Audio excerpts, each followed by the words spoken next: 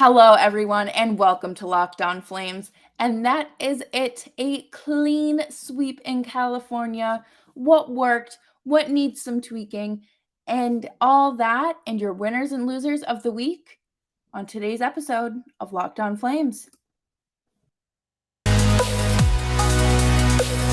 Your Locked On Flames, your daily podcast on the Calgary Flames. Part of the Locked On Podcast Network, your team every day.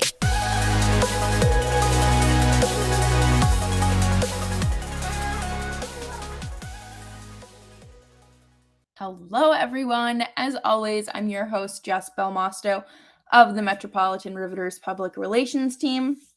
How are you today? It's Friday. We have made it through the week. And like I said, it's been a great week for the Flames, so it should be a great week for us. Thank you for making Locked On Flames your first listen of the day. You can find us anywhere you get your podcasts. It's free $99 on Stitcher, Spotify, Odyssey, Apple, and as well on YouTube, on YouTube as well. I'm fumbling over words today. Free $99 wherever you get your podcasts. But Daryl Sutter said it last week that they are taking this season week by week. It's very easy to get caught up in the big picture, but you do have to kind of break it down. And I think that this week really showed that the Flames are a talented group and that they can succeed. Markstrom did not start all 3 games, which I think a lot of people expected, and then for Vladar to start Saturday against the Kraken, but Vladar was able to start last night against San Jose, and he did look good. I thought that, the 31 saves, and there was a sequence there, and I think it was the first period where he I don't think he didn't know where the puck was in terms of, was it in between his blockers, in between his legs, and so he just kind of like sprawled out and did like a little snow angel. I thought that was funny, but he did a great job. It didn't look like he had 9 games off, and there were no issues tracking the puck when it came to traffic in front of the net or anything like that. So he was able to beat the Vladar will be rusty allegations, if you will. And this top line, okay, we need to talk about it for a second because I don't know. I really don't know how many times I can drive it home this season. But the line as a whole is playing some of the best hockey of their career. Matthew Tkachuk he had 2 goals last night, and so did Elias Lindholm. Matthew Tkachuk had 2, Elias Lindholm had 1, and Trevor Lewis had another. But, that top line scoring is just, you can almost always count on it, which of course is a little dangerous when it comes to the playoffs and kind of relying on one line. But I think it was great to see the secondary scoring come in as well. Not lost in any of this. Johnny Gaudreau last night hit 99 points, tying his career high. I just want to shake Daryl Sutter by the shoulders and say thank you so much for activating that switch inside of him and putting him on a line where he will succeed. Because I truly feel like that has been the game changer this season, is elevating Gaudreau and keeping that top line consistent. We have not talked about inconsistencies this season because there really haven't been any. Gaudreau said, unless I have, the worst 12 games of my career ahead of me, I think I'll hit 100 points or something like that. And it was funny. It was lighthearted. And, he chases that 100. And I give him the blank check already. Just give him the check. I can't stress it enough. Let him fill it out for himself. But I loved watching. There was a sequence in the second period where I was almost positive Lindholm or Gaudreau were going to score because Johnny was like around the back of the net. Lindholm was by the slot, and the two of them were like going back and forth, and then just rebound after rebound. And poor James Reimer, I did feel a little bad for him. I thought that it was a great time. And they didn't score there though, but they would go on to score a little bit later. Elias Lindholm did. He has 37 goals. He has 37 goals right now, and that is unbelievable.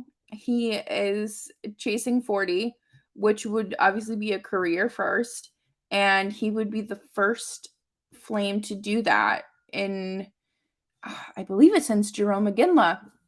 So it would be really awesome to see, the season really just come together. And I know it's not about breaking records and being the best at this in the regular season. It comes down to, what happens in the spring. But I have been thoroughly impressed with the performance of the Flames, and especially with that top line. I think that they have just really helped boost this team's confidence and have really shown their opponents that they're kind of a legit team, and it really is nice to see all of the pistons firing at the right time, and seeing Valimaki back in the lineup was nice. Connor Mackey was back in the lineup. Brett Ritchie was back in the lineup. So it's great to see that he was not severely injured in that awkward fall that he took. But, there's still a little bit of the season left. You want to go back out there tomorrow against the Kraken and really just their season's done, So don't go out there and try to hurt yourself. Don't be dumb. And of course, you want to look at this and say, okay, this is their Stanley Cup. This is their playoff. If they can walk away and say, I beat the first place Calgary Flames, then that is their victory. But don't act as if you do not need those 2 points, because you do. You need the points. But at the end of the day, it really was a great week for the Flames. And considering it was a little bit of a weird travel situation for them from Anaheim to San Jose, LA to Anaheim rather. It was just very interesting, but you can't fly in late there and have to fly to, I think they say Oakland, and I don't know. It just gave me a headache trying to or listening to it rather. But coming up next, we do have to talk about the negatives, because of course, if we talk about the positives, we got to shine light on the negatives. But before we do that, let's talk about Built Bar. Built Bars are a delicious tasting protein bar that everyone needs in their lives. What you need even more are the puffs. These are a delicious protein-infused marshmallow covered in 100% real chocolate that come in delicious flavors like the cinnamon churro, and they are heaven sent. I eat them on my way home from the gym, because there's plenty of fast food places I want to go after I work out because I'm hungry, but I say no, we're sticking healthy, and Built Bars are just that delicious flavor, delicious protein flavor that you need. They taste like a candy bar, and you can get yours today at Built.com with promo code LOCKED15 for 15% off of your next purchase. Locked On Flames continues. Thank you so much for tuning into today's episode of Locked On Flames. You can follow me on Twitter at Jess Belmosto. We talk about the good, the bad, and the ugly here, and we gotta unfortunately highlight the ugly and the unacceptable. We gotta talk about the power play, okay? I am at a loss for this one. I truly am at a loss because this team went 0 for 6 on the power play this week. 0 for 6. They could not score a goal, and one of the 6 chances they had a man advantage. That is unacceptable. That is embarrassing, especially against the Kings, who cannot get those special teams firing regardless of the lines deployed. And that's probably why Todd McClellan will not win the Jack Adams. But I don't understand what's going on there. Are you not I don't know. See, I'm not a hockey coach. I mean, I think they're obviously deploying the right players, don't get me wrong there, but are you just not communicating well on the ice? Like, what is going on there? Maybe this is just me thinking and coming at this from just like a basic level. When you have a man advantage with some of your most tactical players out there, you should just there's the expectation to score. And I understand it's not always going to happen. It's not like it's, 4 of your players out there against a goalie, just a goalie. You gotta get a little creative, but at the same time, what? Just you couldn't score once in one of those 6 chances. They are still 3% above the league average in the power play. They dropped to 10th in the league, which is still better than the middle of the road and average hockey that they're known for. But you have to kind of worry about their hypothetical opponent, the Nashville Predators, who are ranked 15th on their penalty kill. Are you going to set your team up for success by I'm playing the whataboutisms, and it's stressing me out. Like, you cannot give your opponent the opportunity to score on you while they're on the penalty kill, And for the Flames to just be struggling this much is not great. I think the stat was they have an 11% over the last 5 games. And I just really don't find that acceptable. And you know what else is unacceptable? Andrew Mangiapane not scoring in nearly 20 games. I thought that this kid was going to come out on this road trip, short 3 games, and score. This kid ate up scoring on the road and at the first half of the season and whatnot, but he has not scored a game or scored a goal in 16 games, and it really leaves you wondering what's going on there. Are we just not communicating well? Is the chemistry off? Is there some sort of nagging injury that just is kind of, whatever, I'm not going to deal with it. I'll deal with it, come May and June. Like, this kid it blew the expectations out of the water for himself in, October, November, December, even January. And it's just not there anymore. I mean, the expectations are there, but he's not meeting them, which is unfortunate because, he is like 25 years old, 25, 26 years old. And his next contract is going to be, I believe it's up this year.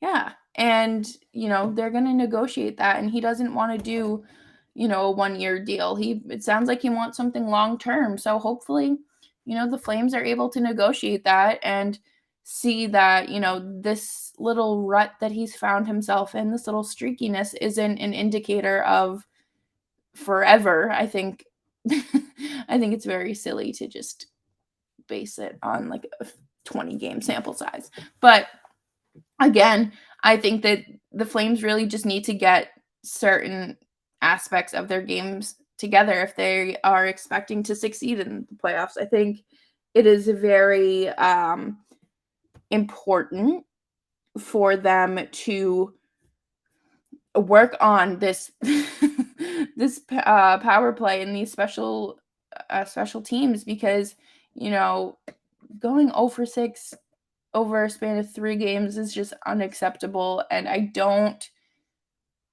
know what to do.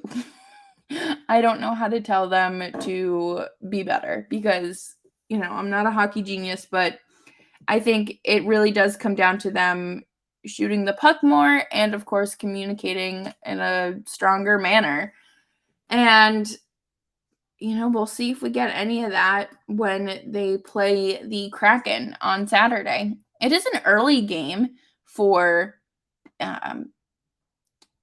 Calgary, or in Calgary. It's at 5 p.m. Mountain Time, so it's 7 p.m. my time. But that is still very early. Especially, when you're coming back from that California road trip, you're like, oh, game doesn't start till 8.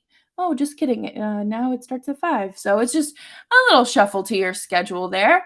But coming up next, as it is Friday, we will be talking about our winners and losers of the week here. And before we can do that, let's talk about BetOnline, where you can win. BetOnline is your online sportsbook experts that have all of your props, live updates, scores, sports news, podcasts, you name it, there and ready for you. You can bet on anything from your favorite hockey game to your favorite reality TV show. They really have you covered from A to Z. And it's great to, check out their website, betonline.net, to get a sneak peek of what's going on. Not even a sneak peek, but live updates of what you need to know before placing those bets. And you can check out their newly renovated website on your phone, computer, tablet, Leapfrog, iPad, you name it. betonline.net, and definitely do that.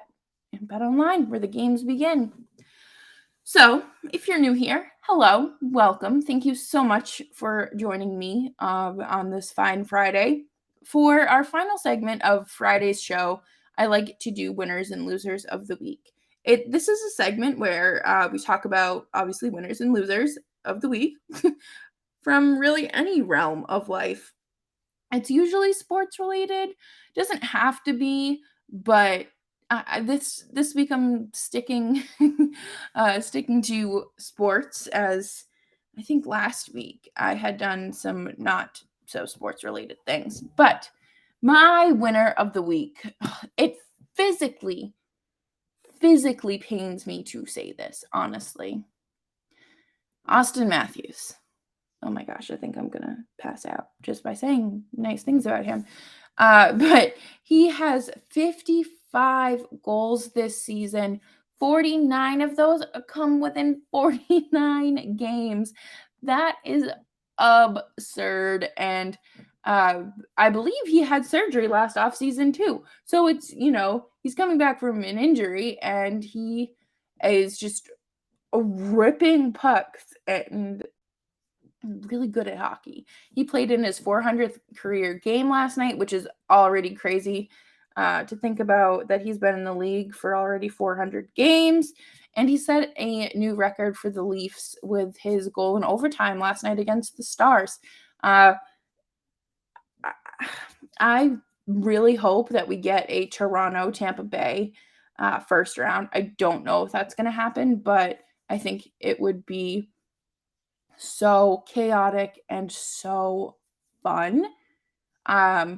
To be honest, when I was getting into hockey, I would always get confused because both teams are blue and white. So I would just, it's a lot to comprehend, But yeah, congratulations, Austin Matthews. And my loser of the week are the Boston Red Sox. Yes, my fever baseball team are the losers of the week. They are trying to get an extension done with Xander Bogaerts and, of course, Rafael Devers. And neither the sides are really coming to agreement on figures and term and any of that. But with Xander, my understanding is that he wants more money than the Red Sox are offering, and he feels as if he's being lowballed. And I don't understand how a human being could think that $32 million a year is being lowballed. But I guess it's, if I walked into a job and they were like, no, we're going to pay you like X amount of dollars, and you're like, no, someone else at the other store is making this amount for the same job. So, I mean, at the end of the day, it's just none of this is real. I don't understand. Money is such a contracts are so insane to me. But, and the Yankees couldn't get Aaron Judge's extension done either. So, it is just a tough day to be the Red Sox and Yankees, who face off in about an hour and a half. No, an hour. I lied. I am very excited to watch that. I am obviously a Red Sox fan. My boyfriend's a Yankees fan. So as you can imagine, things get a little crazy, a little heated. Thank you all for sticking through this week with me as I battled apparently not COVID, but some sort of illness. And I appreciate all of your love and support on Twitter and Instagram when I announced my new job.